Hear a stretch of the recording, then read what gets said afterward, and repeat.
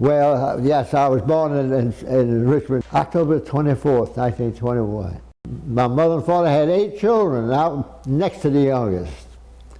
And of course, we had a good family. Most of my, had 4 brothers. There's 5 boys in the family. They went to parochial school. I went for the first few years, and then I changed to public school because they had a good music program, and I was, at the early age, I was interested in music, which I later did professionally. And so I went to public school, and I went through the whole, during the mid-years and also the senior years, and I graduated from Thomas Jefferson. And in those days, they didn't have music teachers. They had professional performing musicians. And this guy was really good, from Philadelphia and so forth. And he encouraged me to go to New York and maybe study at Juilliard and so forth. Richmond didn't have any, don't have that today, but for people with talent, they have to go to larger cities sometimes. So I did it, and I pursued it in New York City, and it wasn't easy to get into school at Juilliard, because they kept saying, "Where did you say you were from?" I said, "From Richmond, Virginia." I did, and find out I was drafted, walk in.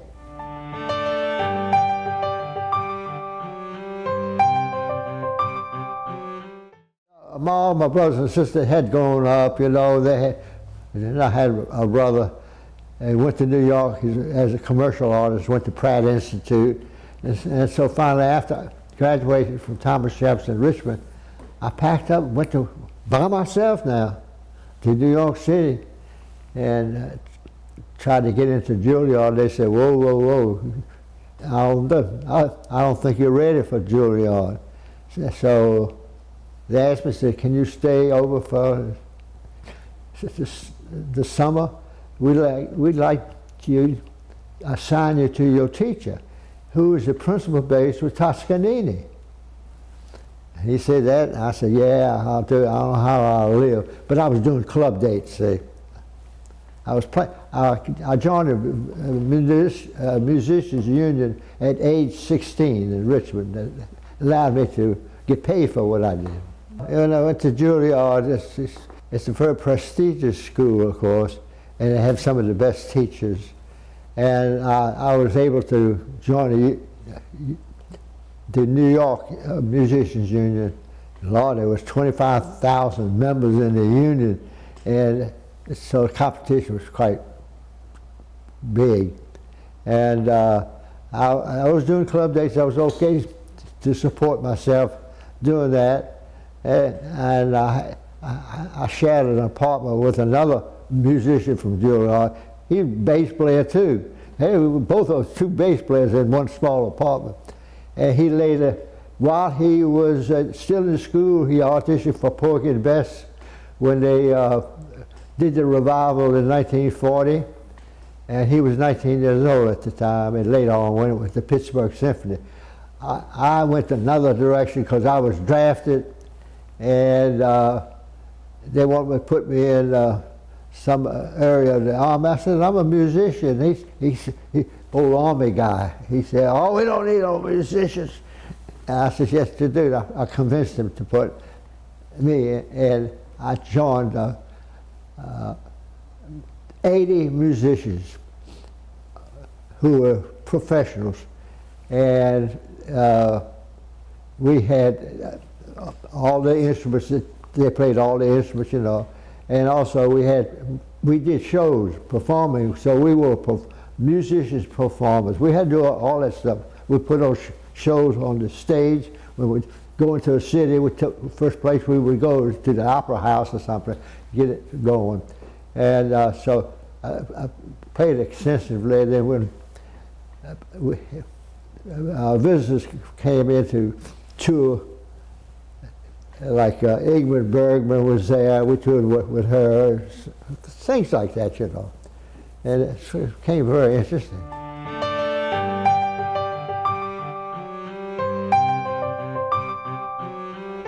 Well, the war was over, and we moved on into the invasion of, we invaded by France through Marseille and went on into Germany.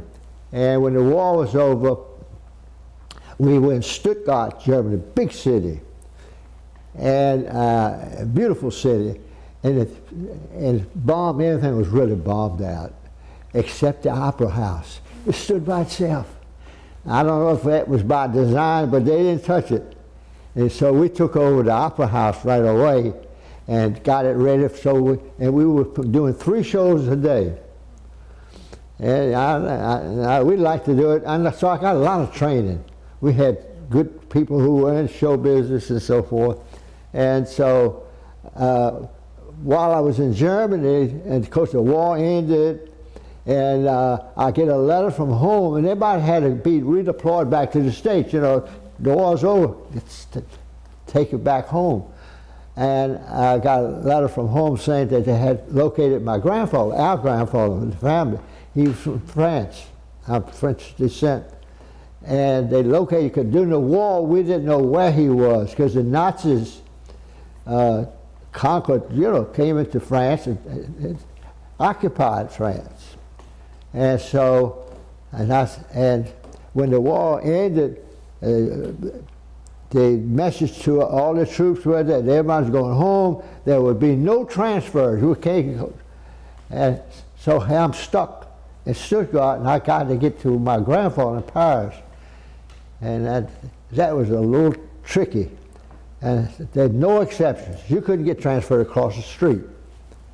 But we had a trio of among 80 musicians, bass, guitar, and piano. And we entertained for special occasions for the general. When he entertained, like Eggenberg and Martha Tilton and all those folks. And he used to tell me, because he was from Richmond, he was a 2-star general. He said, Damiani, if I can ever do you a favor, don't you ever hesitate to ask me. And that rang in my ears after, because I was going around, and everybody knew that. It says, you know where you can go to get to Paris.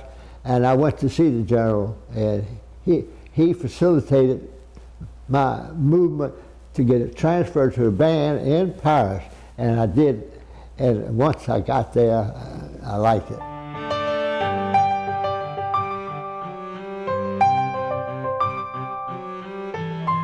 I got discharged. I didn't go home to get discharged, but they allowed me, it was 11 of us, to get discharged in Paris. And I had my passport and all. Then I decided, look, I met a lot of musicians. I saw the needs. Maybe I can continue my career.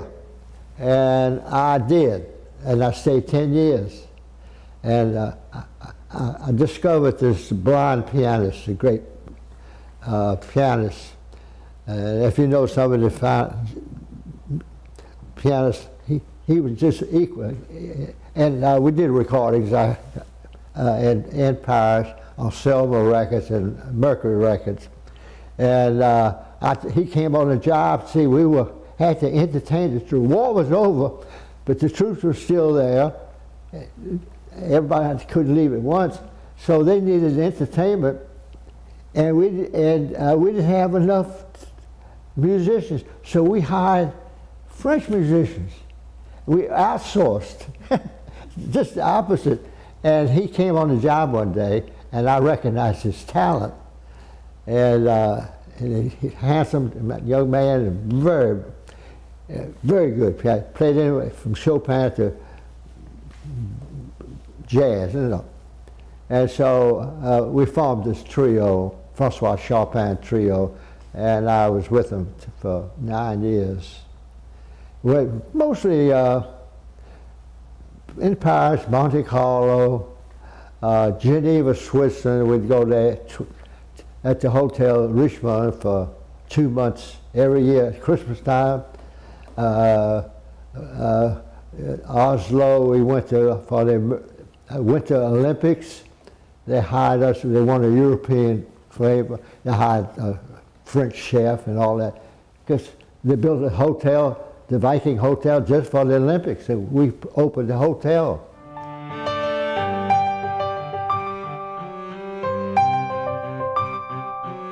Well, I came back to Richmond. I had to decide what course I was going to take, knowing that Richmond, although a big city, it's like Norfolk, you can't make a living. I mean, the venues are not there to play. Norfolk, later on, when they built the Admiralty Hotel, I played there after.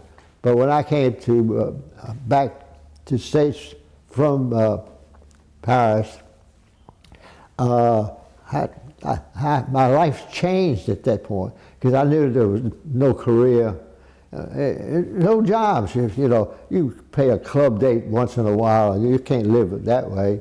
So, fortunately, I met a family who was a friend of our family, and he was in a business. He wanted to set up a sales office in Suffolk. They said, "Have you ever been a salesman before?" I said, "I sell every day. I sell." When you sell yourself, it's pretty good, you know. And so that's when they opened the office here. And then one thing led to another thing. One day, after about 10 years, got a phone call. On Monday nights, my Kiwanis Club met every Monday night, and I'd go down to the Elks Club, play some cards, you know. It was out on Monday nights, and the phone rang, and some friends who were having guests at their home. It says, "Can you come over? We want to introduce you to some of our friends." And not knowing what it was, and it was about 7 or 8 of them who encouraged me to run for city council. And that's how I got into that.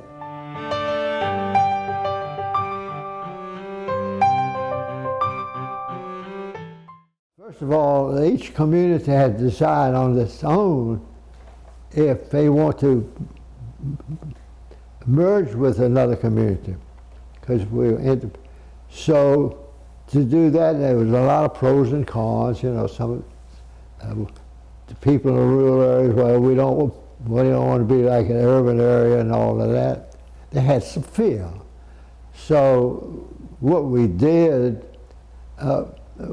developed a plan that we would get out to the communities, and we formed communities, other citizens who were not part of who were not in politics, or they get out and go into neighborhoods and talk what you'll get as we merge, what you won't get when you merge, and because you got to remember at that time, a lot of neighborhoods didn't even have running water. I remember distinctly in 1983, and that's when I was elected mayor. I'd already been on city council in those days since, can't remember the date, early 70s. And I when I was mayor, a lot of people from outside the city didn't know much about Suffolk, and I thought they should be. So I had a dual role, talk about Suffolk to the Suffolk and talk with the other people in Norfolk and so forth. And I did just that because, especially when I was mayor, what role should I play? And I wanted to play the role within the region, because when I went to Norfolk, they read the newspaper that morning, said, Suffolk City has 33% of the housing stock without running water. Now, you know how I felt about that. It was an embarrassment. And so I had a dual role. I had to sell Suffolk to others, but we had to do these things. And fortunately, there were several federal programs that would help to do that. And as I suggested, that we pool all the money we get instead of have a hodgepodge of little programs here and there, and go into the neighborhood and make water and sewer. And we did just that. And when you think of a person couldn't do, you didn't have sewer to go to the bathroom. I mean, let's face it. But that's a reality. And I was part of that, and I was right in the middle of it, because when I had to go to other cities and other meetings, they said, well, when are y'all going to do something over in Suffolk and all that, you know. I came to Suffolk in '58. Suffolk hadn't changed a lot. It's grown in size, right? And when I went on council, I was in the old city. And then there was some discussion about consolidating the city with another city or county, which happened was Nansemond County. And I was very much a part of that. We talking about salesmen. You had to be a salesman because everybody was not for consolidation. Some people say, I like it is. And people in the rural areas, they didn't want to be in a big city, and you know how that was. So we had to get out there and sell it. And we sold the consolidation while over 85%. That's unusual.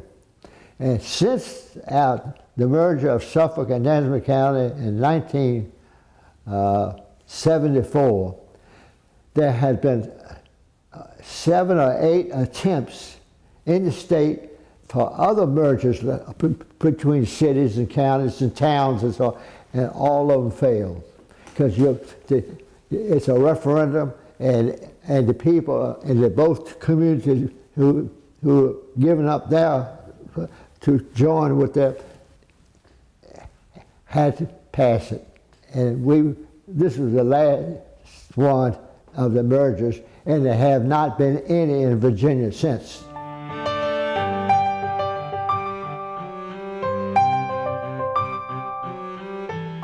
Suffolk is a big area, and the first thing we had to do is how do we want to grow? Did we want to just let it spread all over?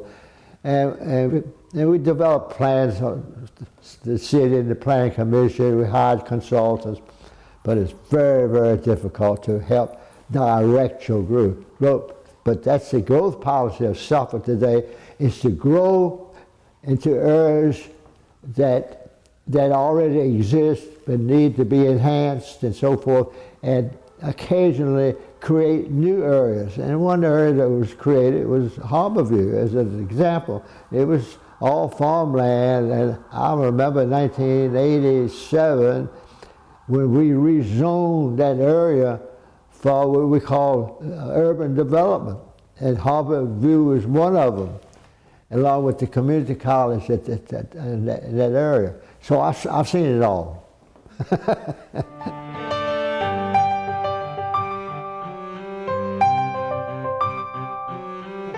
And I came to Suffolk, I was single. And I was playing some club dates in Richmond. And I went on a club date, and the guy came up to me and said, "You from Suffolk?" I said, "Yeah." He said, "Well, my sister lives in Suffolk." I said, "Really?" And he told me who she was, the family, and she had never been married. And she's already an adult, she's close to 40 at the time. And I went, he said, "Go see her, you know, introduce yourself." And her brother, he was a dentist, but he had been out of medical school. He was practicing dentistry, but playing the drums at night. He loved playing his drums more than he did working on people's teeth. And so I did meet her, and then I dated her, and that's how it happened. And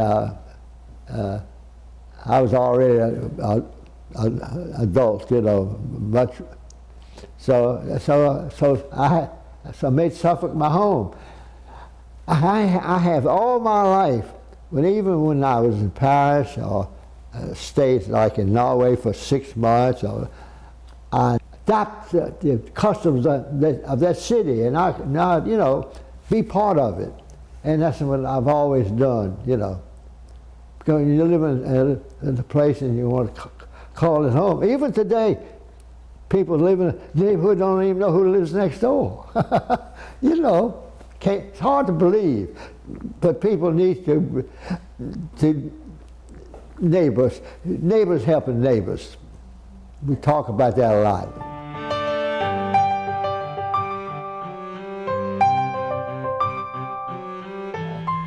That's a good moniker. And in show business, we say whatever you want about me as long as you spell my name correct. That's okay. You know, people are comfortable with it. It's okay with me. It's nice that people recognize you. And I'm on the street a lot, and then they know me, and they stop and they talk, and you know, you go in some parts of Suffolk now, you might be a stranger. I can walk in maybe in North Suffolk that might not know me.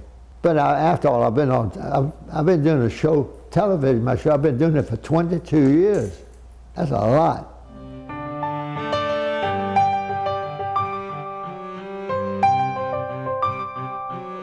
I got into politics. First, I joined Kiwanis International. Most cities have a Kiwanis club, the four corners of the world, just like your Rotary Club, Lions Club. We call them service clubs. You do things for your community. And Kiwanis is very good at that. And they had a pretty good sized Kiwanis club in Suffolk. A lot of the executives of Planters, when Planters was big and hired a lot of people, were members of the Kiwanis Club. And from there, you go into, you meet people and you get into industries and so forth. So I learned to, because our motto is public service. And I always looked at being on city council, not as in politics. I'm a public servant. And I listen to the people and see what they think they need and what I think we ought to have.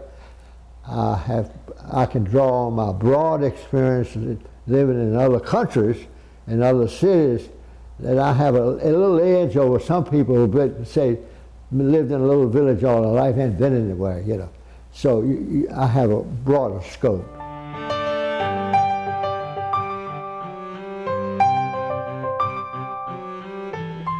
That he wants to serve his people. He gets elected.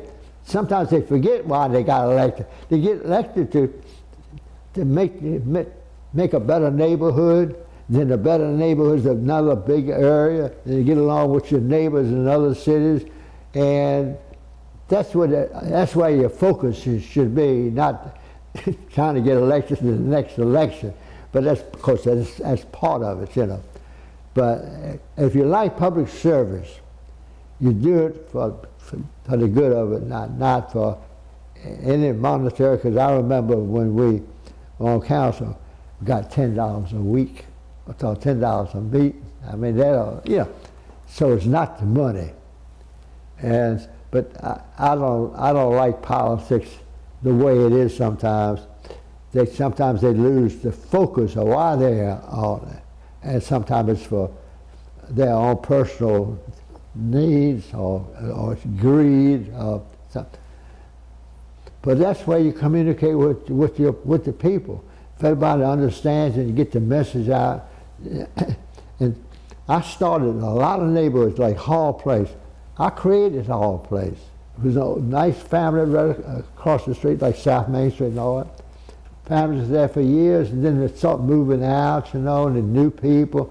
So I started several neighborhood associations, drew up the bylaws, went to their meetings, although I didn't live there.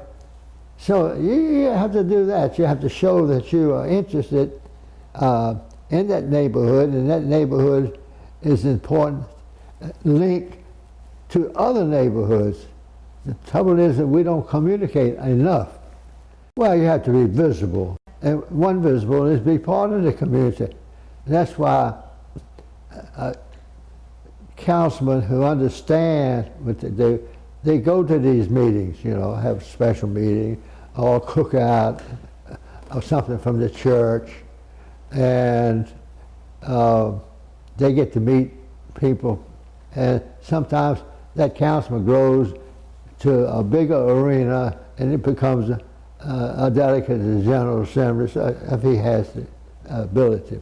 So it's always open, but the important thing is you got to remember that you serve the public and you're there.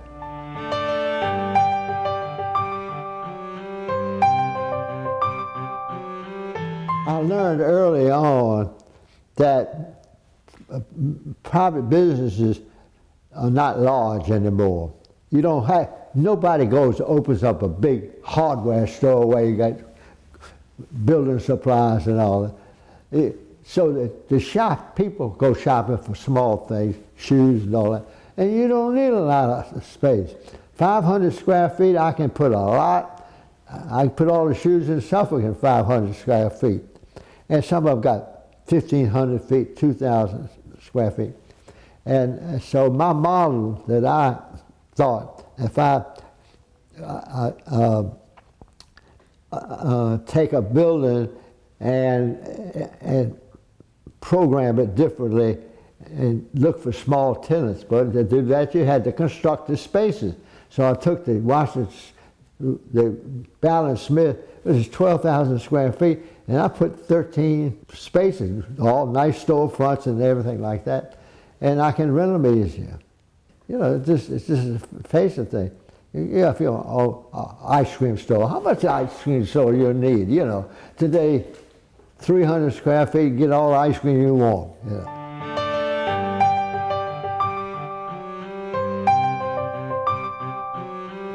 If you had to build a building for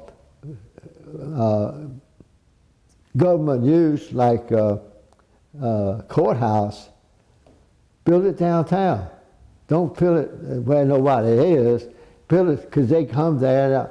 So when we built the courthouse on the corner, that generated traffic. All you got to do is sit in the car and watch the people. You'll see them come from the courthouse, go over to one of the sandwich shops and grab a bag and get something to eat.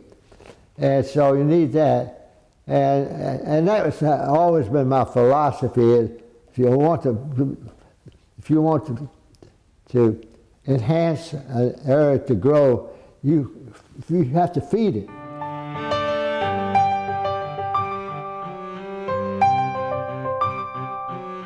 Yeah, I walk around and not, I'm a good observer. And I see things that I need to that should be corrected. I don't get involved anymore. I have to get a certain age, nobody's going to listen to you anymore anyway. But I'm still interested. And when I talk to people, I try to direct them in a direction.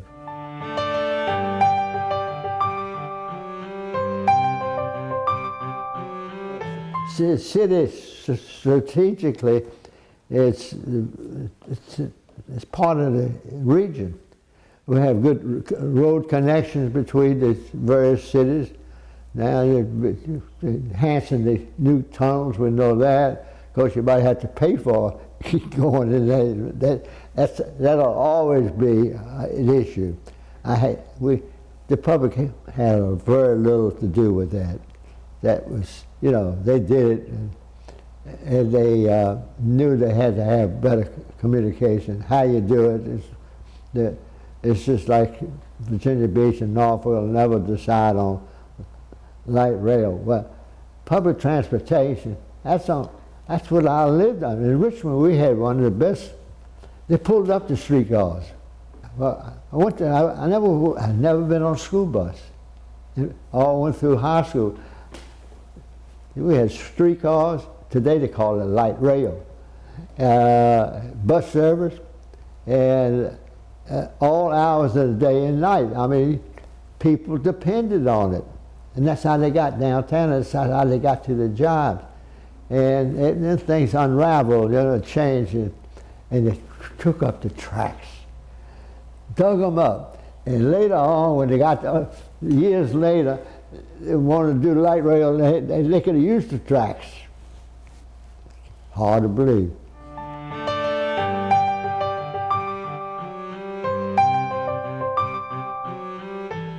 Well, I haven't really looked. I just want to be.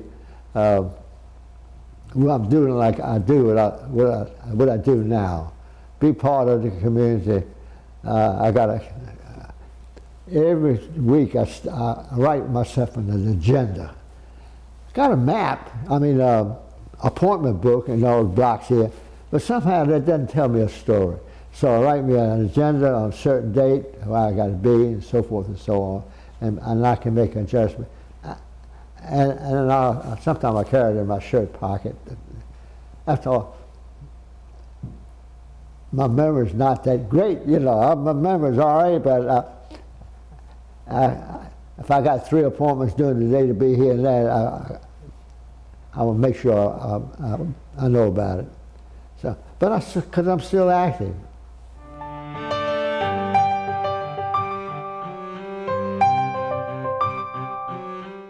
I guess my message always has been, it's like being a good scout, helping people. You need to be a good citizen, look out for your neighbors, join organizations that do that, to help, you know. So there are many ways that you can be a good citizen, but not just go to meetings, but participate. But I remember when I was in grade school, the teacher said, look, we got classes about over. I need a few volunteers to straighten up the room and all. Anybody that want to volunteer? My hand always went up. Always. And if I had enough of it, they didn't need me. So be part of your school, be part of everything. So you do have students now who excel in certain things, and you got a lot of organizations within the school that you can participate. So the parents need to also encourage their children to be part of it. You know, join the groups, so forth, because you broaden your education by that. And you learn citizen participation at that early age, so it's not foreign to you, you know. And you can do that, and the next step is in church, and so forth. And some people, you know, been doing this for years, and some people never do anything. But choose something that you're interested in and join. I appreciate you asking me to come on your show, or whatever we're talking about, and I'm always open for that, because I'm the messenger, remember. And that's what I've been talking about for the last hour almost. It's the message. And you got to get the message out through some network that you help to create, and to be that citizen. So when it comes back, it's all in the mix.